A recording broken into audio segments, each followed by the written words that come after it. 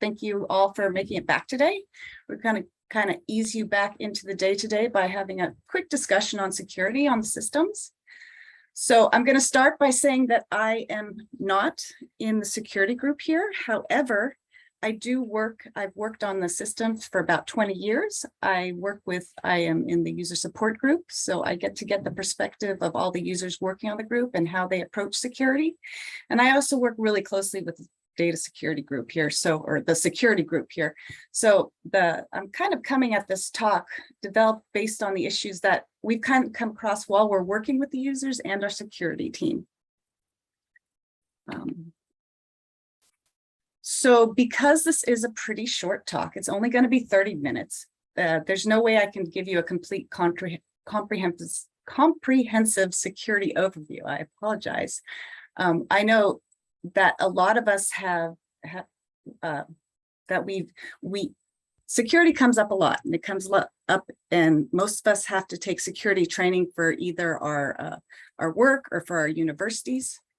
So a lot of this might be kind of a little bit of a repeat of what we've seen before. But what I really want to talk about today is to kind of focus in on what's kind of at stake for us as individuals. So the topics I'm going to discuss are what you've heard before, but because sometimes, I apologize, I have a little bit of background noise here. Can you guys hear that? No? Okay, no. Good. No. All right. No, you sound clear. Okay. Nicole, you sound great. Talking in the background a little bit. But all right. So my purpose in this talk here today is to have you guys kind of reassess how you kind of approach security today. How you have, so I know we all take shortcuts when it comes to data security. I mean, there's issues of, well, it makes it a little more tricky. It makes it a little bit more cumbersome, but in the end, we all want to protect our data and our stuff. So even if we need to think about what it personally implies for us, our choices with data security, how it affects what we do, but also how it affects in the HPC system, because this is a shared resource, how it affects everyone else around us. So I'm going to start by kind of focusing in on reinforcing the importance of having a data security plan. So specifically, what do we as individuals want to protect for ourselves? When do we need to protect ourselves? Who are we kind of protecting ourselves from? And why do we need to protect our data? I mean, they all seem like kind of obvious answers, but I think going over the questions again and thinking about it might have you relook at your current security policies and think, you know what, maybe I should do a little touch-ups here. So I'm going to start with going over why we need to do security. And then at the end of it, I'm going to talk about some quick, easy tips and reminders. Again, most likely it's reminders for everyone, because we all know we need to keep our resources safe, on securing our data, making sure our credentials are secure, and maintaining our physical devices. So again, the objective of the session is to motivate you all to reflect upon your own personal security policies. So for many of us, we're required by our respective universities or employers to undergo security training. But for the most part, from what I think I have to do it annually, and from what I remember mostly is they're focusing on the organizational view of it and trying to avoid a big data breach. So the definition I have here is kind of a conglomeration of a bunch of things. But so a data breach is any incident in which confidential or sensitive information has been accessed without permission, including unauthorized access to a computer system or network. And then ultimately, whoever accessed that has control of private, sensitive, confidential, personal, or financial data. So it's really important to note that our HPC resources, so Expanse and TSCC and any other resources you're using here, or not any, but the ones we're talking about today, are not set up to handle private, sensitive, confidential information. So please never put any of that data on our system. If you have access to any of that data, you probably went through training and signed off your firstborn child that you know exactly how to handle that data. However, what we are protecting is our research and our data. And so that, again, for a grad student who's been working 4 years to write his thesis, that data is just as important. So we're talking about security data or data security to safeguard the digital information throughout its life cycle. Want to make sure we don't lose access to it. We want to make sure that it never gets corrupt. No one else takes it from us, and again, unauthorized access to it. So through the entire life cycle, there's a lot of different elements that kind of take part in maintaining the security, and it includes the hardware that we use, the software that we use, any storage devices that we use, and our personal devices and our HPC devices that were being used. So why do we need data security? It's pretty obvious on the high level of things. We want to protect our data and resources from theft, unauthorized access, loss, or corruption. I use that full sentence a bunch of times just because it is altogether what we're trying to avoid. So on a personal level, we want to maintain access to our data and resources so that whenever we want to, we can log on to a system or we can download our data. We also want to make sure that the integrity of our data and our resources is sound. So by us maintaining control of our resources and data, inadvertently, we are protecting the data and resources of all the other people as well. One thing to keep in mind is that if your personal computer gets compromised, there's a high likelihood that other people's are also compromised at that point. If an attacker has access to your computer, they can pretty much do whatever you can do on that system. We also need to keep in mind that while the theft and unauthorized access is kind of a direct, deliberate attack, that can result in the data loss and data corruption. We also need to take into consideration that there could be unintentional reasons that we also need to protect our data that can also end up in data corruption or data loss. So who do we need to protect ourselves from? Well, the obvious is the nefarious character out there who is out there to inflict deliberate and intentional harm or create mischief for us. But we also need to protect ourselves from the unintentional or inadvertent actions as well. I think this was mentioned yesterday as well. I don't need to show hands or anything, but how many of us have inadvertently deleted a file or deleted an entire directory structure? You're sitting, you're talking, you're working on something. You say, oh gosh, in this directory, I need to clean everything out. So you do rm-rf, you turn to the side, go away, hit enter, and you didn't realize that you were in the wrong working space. And now you blew everything away. Well, that's frustrating for you and you'll have to deal with it. But this can also take a larger thing. So let's say I write rm-rf / and then I turn around for a second, inadvertently hit a space bar, and then finish out the path to the file that I actually want to delete. By having that space in there, I am really saying remove with prejudice anything in that / directory, as well as the directory file. So that / directory in Unix is the top directory for everything. So anyone who hasn't protected their files from me, so if they left their files open to the world, or if I happen to be in a group, essentially I can blow away all their data. The other thing to consider, or the last thing that we want to consider here, is that there could potentially be a hardware issue. And this could cause either a temporary loss of access to your data or a system, or ultimately it could mean that you lose that data.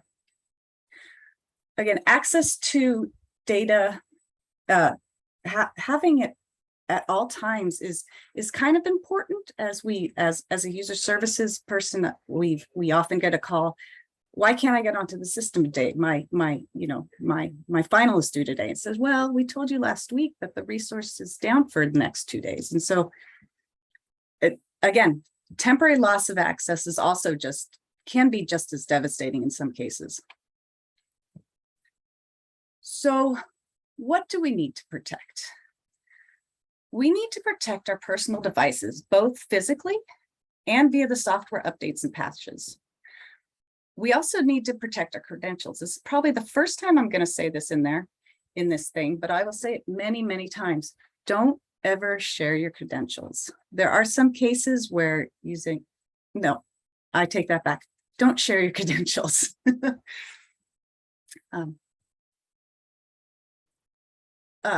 By protecting your credentials on one system, you're ultimately also protecting remote devices. The next thing that we kind of need to protect is our data, so our files and directory. We want to make sure that no one has access to those files or directories that could inadvertently corrupt the data we have, make inadvertent modifications to it, or delete the data altogether. Kind of taking a step outside. So we started, on our personal devices, and we went to perhaps an HPC device. But if we take it a step further and we go to the coder project can have many, many people involved in it. So it could have many collaborators who are working at many different sites.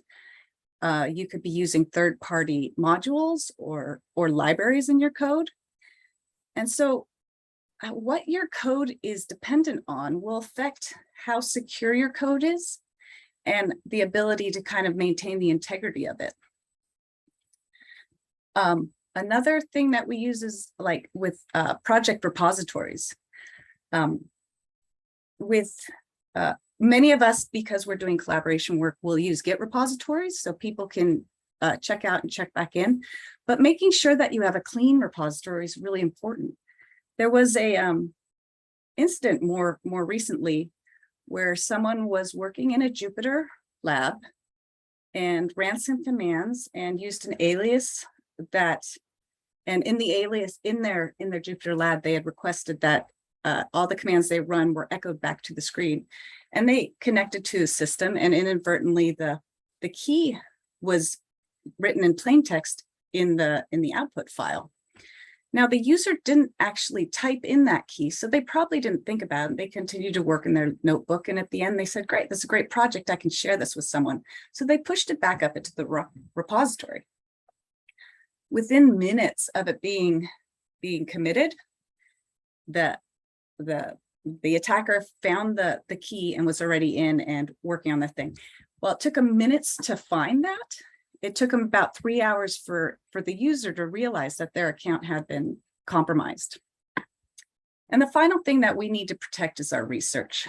If we're working on any research project that we need to deliver either for education or work or anything else, we want to be able to take credit for that work, and we want to be sure that we can take credit and be really confident in what we're presenting. So making sure no one else publishes our work and making sure that we have integrity in what we're presenting. So finally, but when do we need to protect ourselves? And so it's always good to be a little paranoid. Even if you're thinking, I don't have anything interesting, I don't have sensitive data, my research is public. The first thing to think about is that you don't think you have anything interesting, but you have no idea what the attacker thinks might be interesting. And your public is research. It may be public and it's fine for everyone to see. However, if it's missing, it's still missing. So that's devastating. The other thing to take into consideration, like the example of the kind of scraping the repositories, is that attackers are opportunistic. They're not looking for anything in particular necessarily. They're just cruising around seeing what they can find. If they find something, they're going to create mischief with it. And the final thing that always needs to be thought about is when we say attack, losing or corrupt data might not be a deliberate act. So protecting ourselves from that non-deliberate act is also really, really important. Before I go on to specifics of specific recommendations on how we should protect ourselves, I should mention that security is a shared responsibility. From the resource provider, or if you're working on a shared resource, or if you're maintaining your own system, your responsibility or the resource's responsibility is to make sure that all authorized users have access to those computational resources whenever they want to. On the flip side of that, they need to make sure that all unauthorized users do not have access to the system. The third part is where the end user is going to have to really help out with the site provider to help enforce it. But the resource provider will need to make sure that while a user may be authorized to access the system, they shouldn't be authorized to access your data unless you specifically authorize them to do so. So in return, the end user's responsibility are to protect their account credentials. Again, never share your data. I think this is twice now. Or never share your passwords or credentials. The second really thing that end users need to do is that they need to protect their data with permission controls. Make sure that you only let people onto your system or let people have access to your resources who need access.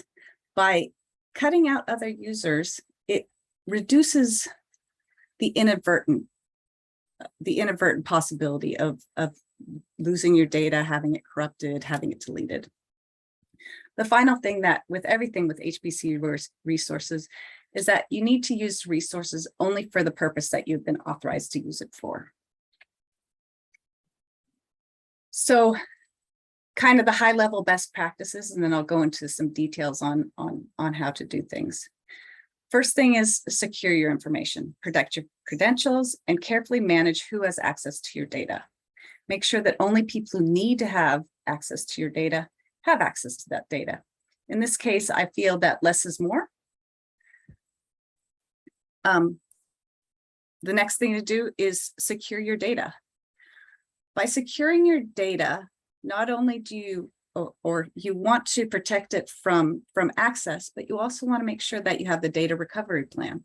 In case something happens to your data, how are you going to get it back? I think Marty mentioned yesterday that on several of our file systems, we don't have any backups. So if something happens to that file system, you need to be able to know how you can get it back up. Another thing is we should always clean up our data. Cleaning up data has kind of it's a twofer in a way. First, if you clean up your data, the possibility or maintaining a clean household is great. Chances of you deleting the data or doing something bad with the data that you don't mean to or moving it is reduced, but also by reducing any extra files, you also help the HPC resources, the resource provider, because less data to back up, take care of, the better. Final thing is to reduce your dependencies. So in your projects, if you can reduce the amount of stuff that you don't have control over, it'll help you be able to ensure that you know what's going on with your data and your files. So I will talk a little bit about specific things you can do. We'll talk about passwords first. While on Exceed, we do not create user-specific passwords for anyone. We allow a federated, or we use a federated type access or SSH keys. There will still be passwords that you use. Kind of traditional wisdom was that you should have passwords that have uppercase, lowercase, special case, numbers, and be at least 8 characters long. And in the past, they would always say you need to change them frequently, like every 6 months or so, which was tricky. So one thing to consider is that an 8-character password, even if it is completely random, is still much easier for a computer to hack than it would be a 24+ type password. So think about using like sentences or passphrases. Longer is definitely better. The next really important, never reuse your passwords. If you do reuse a password, once that password is hacked, it can get so many other things. When I think I first started in school, I had 3 or 4 usernames and passwords that I kind of needed to remember. And now it's up to 50 or 60. So imagine if I had the same password in 50 or 60 places, that could include the bank, your Netflix password, accessing the system, all those things. So never reuse passwords. Never keep a digital plain text copy of your passwords on your system. Again, if your system gets hacked, they have everything they need from you there. But I mean, if you feel you need to have kind of a copy of it, feel free to write it down, in pencil. If you have physical control over it, it's one thing. But again, never leave it in an office, stick it to like your monitor or any of those things. Better yet, use a password manager program. So the password manager program will encrypt your passwords. It will maintain your username and your password. You can also add notes in there. I know sometimes in today's day and age, they require that you answer a bunch of security questions. I myself never answer any of the security questions truthfully, but if they ever ask me, I would have no idea what response I should use. So having the password manager and having those hints for me is very helpful. I'll say it again. Don't ever share passwords. I think that's number 3 this time. There is never a reason for anyone else to have your password. In some cases, we've had email or tickets come in where they'll say, I can't access the system. Here's my username and password. If user support is supposed to be able to access anything, their agencies or organizations will provide means for them to be able to access your data. You never need to share your passwords. So using SSH keys is a really good option. SSH keys, as Marty explained yesterday, is creating this key pair and allows you to maintain your private key on your personal device and use the public key in various other devices.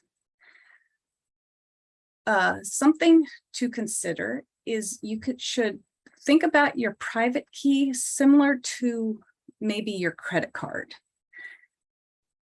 So you would never put your credit card like on the table in a restaurant.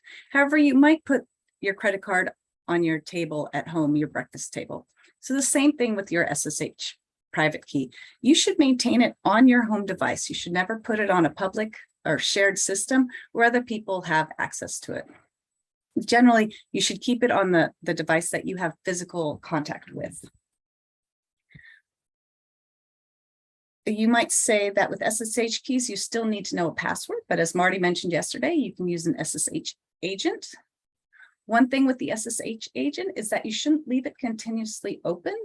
When you're done programming for the day or computing for the day, make sure you shut that down. So again, in case someone does get access to your system, they can't pop around all the systems you have. And again, never share your passwords with anyone. So next thing we'll talk about is protecting your resources.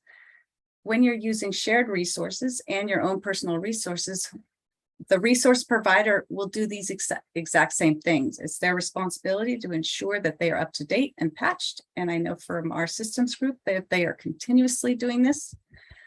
But on the flip side, for your personal devices, you need to make sure you install and run anti-malware software and make sure you keep your personal machines and software up to date at all times. So specifically when on the HPC systems, we allow users to manage access to their data via the Unix access controls. So Unix access controls have a granularity of user, group, and other. There's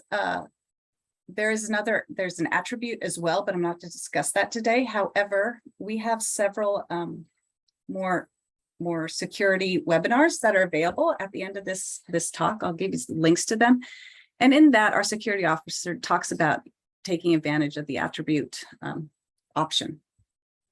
So with the Unix controls, you have user, group, and other. User means the owner of the files. Group is devised as the group set.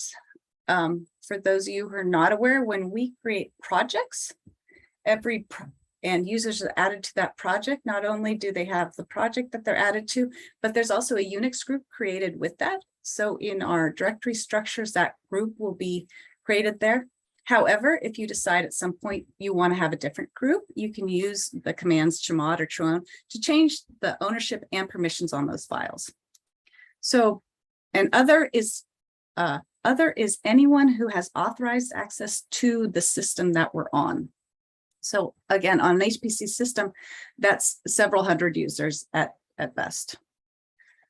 So at the different levels, you can provide each of these groups with read access, write access, and execute access. You'll see that there's numbers next to them. So using the Unix commands, this is how you would grant permission. So by default, I think we have it set that permissions are set to 755. And what that means is that the user has read, which is 4, write, which is 2, and execute, which is 1. So together that equals 7. So the user is able to read, write, and execute on that file or directory.